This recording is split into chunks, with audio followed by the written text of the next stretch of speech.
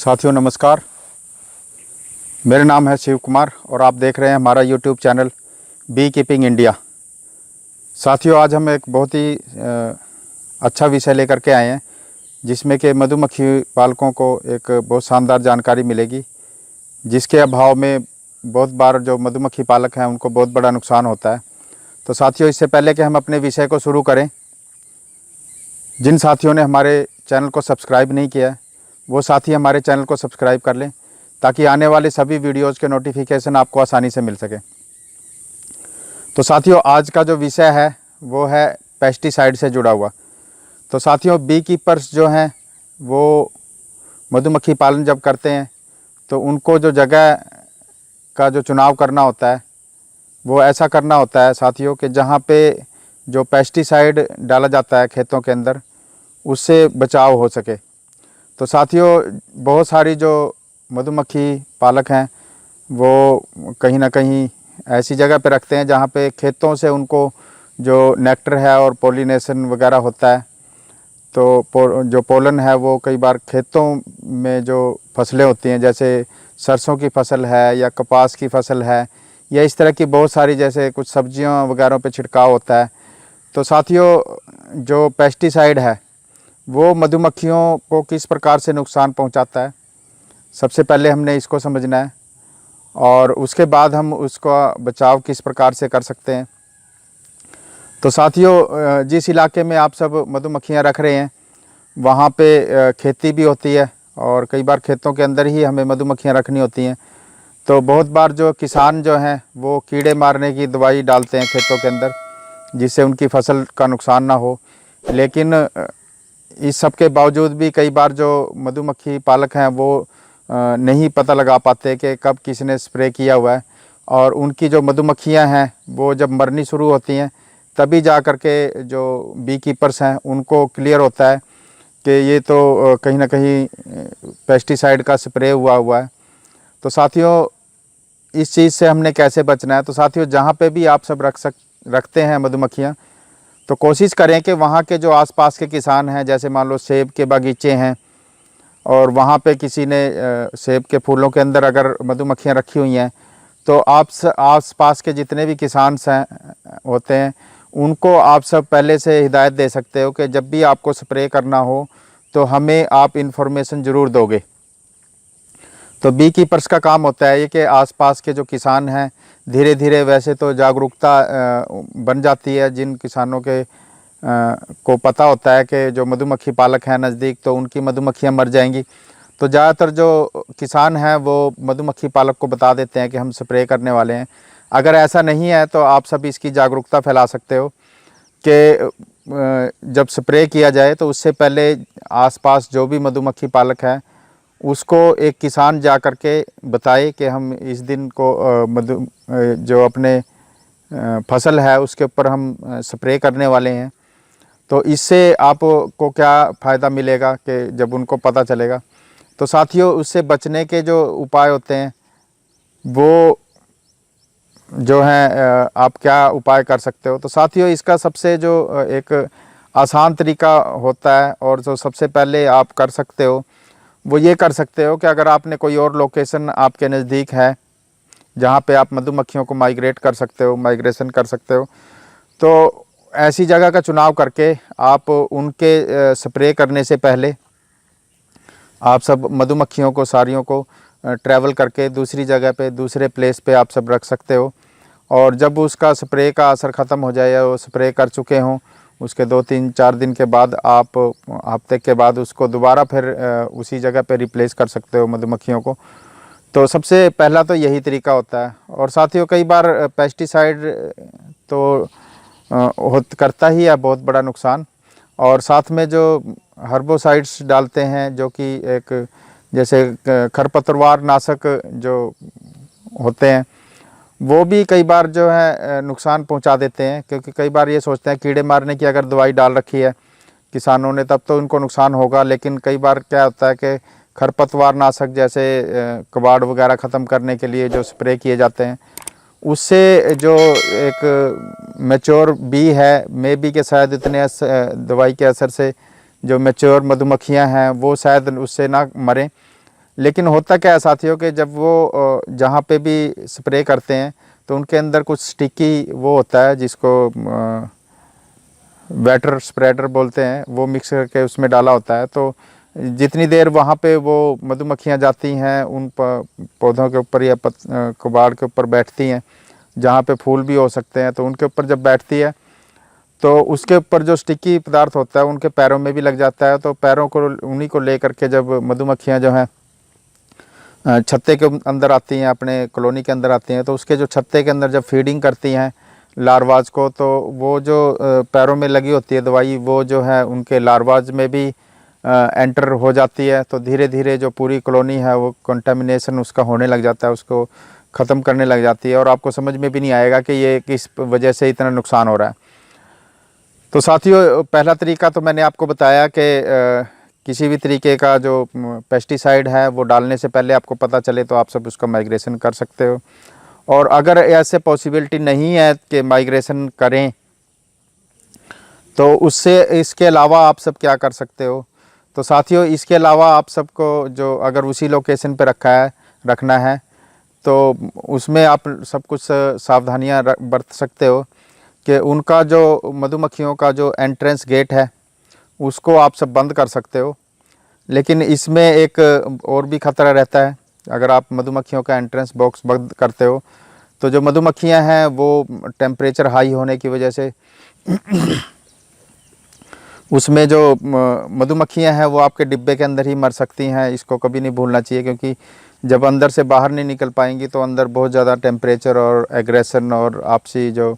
तालमेल है उनका ख़राब हो जाता है। तो उसमें डिब्बे के अंदर रखी रखी ही आपकी मधुमक्खियां मर जाती हैं। लेकिन आपने ध्यान रखना है कि सीज़न कैसा है आपका। अगर गर्मियों का टाइम है फिर तो आप जो एंट्रेंस गेट बंद करना है तो एक जाली आती है, जाली के साथ आप उसको बंद कर सकते हो। इसके साथ ही आपने, क्योंकि एक दो दिन के लिए अगर आप मधुमक्खियां बंद कर रहे हो तो उसके अंदर जो है प्रॉपर आपने फीडिंग डालनी है, ताकि जो मधुमक्खियां हैं उनकी जो खाने की जो कमी है वो एक फीडर उसमें लगा करके और फीड दे करके आप उसको बंद कर सकते हो। क्योंकि एक दो दिन तक या 3 दिन तक जो भी आपकी मधुमक्खियां अंदर रहेंगी तो उस बीच में आपका जो फूड की कमी है वो ना हो उनके। और ऊपर का जो टॉप कवर है आप उसको उतार सकते हो, और टॉप कवर उतारने के साथ ही ऊपर का जो कवर होता है उसके ऊपर एक जाली आप लगा सकते हो, या बोरी आती है एक जो ऊपर से जालीदार होती है, जिसमें से मधुमक्खी बाहर नहीं निकल सकती लेकिन प्रॉपर बहुत अच्छी हवा उसके अंदर क्रॉस हो सकती है, वो कर सकते हैं उसमें। और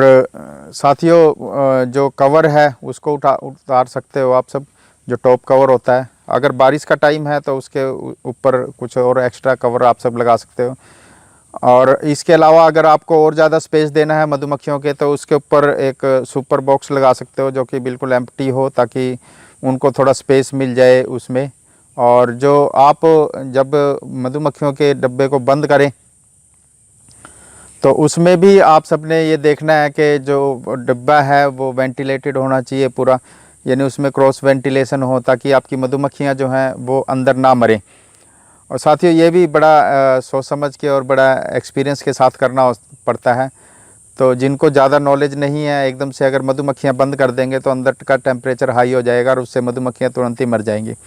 तो इस चीज़ का हमने ध्यान रखना है ताकि हमारा नुकसान ना हो उससे संबंधित। और साथियों, ऊपर का जो कवर है वो मतलब 2 बॉक्स लगा करके आप सब उसके अंदर रख सकते हो, और उसके साथ पानी और मीठे की जो कमी है उसको पूरा कर सकते हैं आप सब। और वेंटिलेशन उसमें प्रॉपर होना चाहिए। और बहुत ज़्यादा अगर गर्मी है साथियों तो इस टेक्निक को बिल्कुल अवॉइड करेंगे, क्योंकि आप टेम्परेचर मधुमक्खियाँ नहीं मेंटेन कर पाएंगी। कई बार बहुत ज़्यादा टेम्परेचर होता है। अगर टेम्परेचर बहुत ज़्यादा है और आपको मजबूरी में ऐसा करना पड़ रहा है तो ऊपर से कोशिश करें कि जो उसका टॉप कवर है जो कि जाली लगाई हुई है उसको अच्छी तरीके से वेट करें आप सब, ताकि गीलेपन से उसका जो टेम्परेचर है वो बहुत ज़्यादा हाई ना हो। और तो इस तरीके की जो स्थितियां हैं उसमें हम बचाव कर सकते हैं। दोनों तरीके हैं, एक माइग्रेशन का सबसे आसान तरीका तो जो सबसे अच्छा और सबसे सेफ़ तरीका है कि आप सब माइग्रेशन कर लें कुछ दूर, कम से कम 3 से 4 किलोमीटर दूर हो उस एरिया से, ताकि आपका जो मधुमक्खियाँ हैं वापस वहाँ पे ना आ पाएँ। और हफ्ते 10 दिन के बाद आप दोबारा माइग्रेट कर सकते हो उसी जगह पे। और साथियों दूसरा तरीका ये बताया कि आप उसको अंदर से बंद कर सकते हो, ताकि और कोशिश करें कि बंद करते समय आपकी जो वेंटिलेशन प्रॉपर हो और उसमें हवा की क्रॉसिंग होती रहे और ऊपर उसको स्पेस मिले, अंदर फीड वगैरह सारा उसको पहले से आप पूरा प्लान कर लें कि आपकी मधुमक्खियाँ कितने दिन तक अंदर रहेंगी और उनको किन किन चीज़ों, क्योंकि साथियों अगर एक बार आपने बंद कर दिया और उसमें से मधुमक्खियाँ बाहर अगर निकलती हैं तो बंद करने के बाद वो तुरंत उसके अंदर नहीं आ पाएंगी। तो साथियों ये एक तरीका हो सकता है आपका जो पेस्टिसाइड से बचने का है। और साथियों बहुत जगह जो है ऐसा भी होता है कि किसानों को नहीं पता है कि पेस्टिसाइड डालते हुए बताना है, या आपने नहीं जागरूकता पहुंचा रखी है। तो ऐसी जगह पे आप सब या तो जागरूक कर सकते हो किसानों को कि करने से पहले बताएं, या फिर अवॉइड करें जो पेस्टिसाइड्स है। लेकिन बहुत बार जो है वो मजबूरी हो जाती है किसानों की भी ऐसा इस्तेमाल करना। लेकिन उस स्थिति में आप सब उस एरिया को अवॉइड कर सकते हो जहाँ पे लगातार पेस्टिसाइड्स वगैरह का इस्तेमाल होता है। तो और साथियों ये तो दो थी टेक्निक के पहले का हमने जो बचाव करना है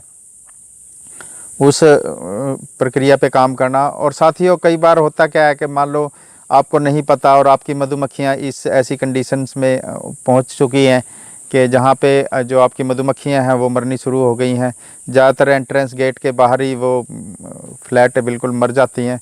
और क्योंकि मैं इस चीज़ से गुजरा हुआ हूँ, मेरे साथ भी ऐसा एक बार हुआ था कि बाहर किसी ने पेस्टिसाइड का इस्तेमाल किया हुआ था और मधुमक्खियाँ जैसे ही आ रही थी, आप उस स्टेज में आप कुछ भी नहीं कर पाते हो, आप सिवाय मधुमक्खियों को मरते हुए देखने के, इसके अलावा कोई उपाय नहीं होता उसमें। और आप नीचे देखोगे बिल्कुल जैसे बिल्कुल फ्लैट, बिल्कुल सारा जो एंट्रेंस जहाँ से एंट्री होती है बिल्कुल सामने ही बहुत सारी मधुमक्खियाँ जो हैं आपकी मरी हुई मिलती हैं।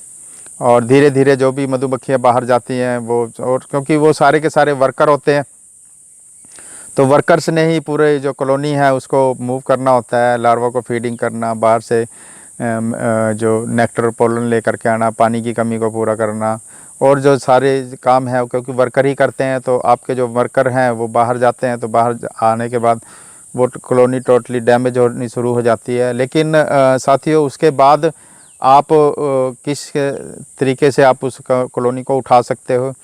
जब आप इस चीज़ को भी सीख जाते हो तो धीरे धीरे इसकी भी मैनेजमेंट आप सब कर सकते हो। तो साथियों इसके लिए जो सबसे जो बेस्ट तरीका होता है कि जैसे ही आपको पता चला कि आप मधुमक्खियों में पेस्टिसाइड का जो असर है वो दवाइयों का होने लगा है, तो पहला तो आप उसको माइग्रेट कर सकते हो। और माइग्रेशन के बाद क्योंकि जो आपका जो वर्कर है वो वहाँ जाने के बाद भी बहुत सारे जो वर्कर्स हैं वो ऑलमोस्ट मरने शुरू हो जाते हैं। लेकिन फिर भी साथियों इन सब के बावजूद भी आपको घबराने की ज़रूरत नहीं होती, और पहले बचाव हो जाए तो बढ़िया है। लेकिन उसके बावजूद भी आप उस कॉलोनी को जो कि वर्कर लेस हो गई है, जो कि बाहर जाने वाला वर्कर था आपका, तो वो जब ख़त्म हो चुका होता है तब भी आपको बहुत ज़्यादा घबराने की ज़रूरत नहीं है। उसको भी आप सब पुशअप दे करके, उसको भी कई कुछ तरीके होते हैं उसके इस्तेमाल करके आप सब जो आपकी जो बी कॉलोनी है उसको फिर से एनहांस कर सकते हो, उसको बढ़ा सकते हो, उनकी जो पॉपुलेशंस है वो बढ़ा सकते हो। उसका कारण ये है सर दोस्तों कि आपके जो वर्कर जो अंदर रहता है, जो कि 1 महीने के टाइम पे लगभग 28 दिन का टाइम होता है, जो कि वर्कर अंदर ही होता है, जो कि बाहर फील्ड में नहीं गया होता, उन वर्कर्स के ज़रिए आप अपनी कॉलोनी को दोबारा ग्रो करवा सकते हो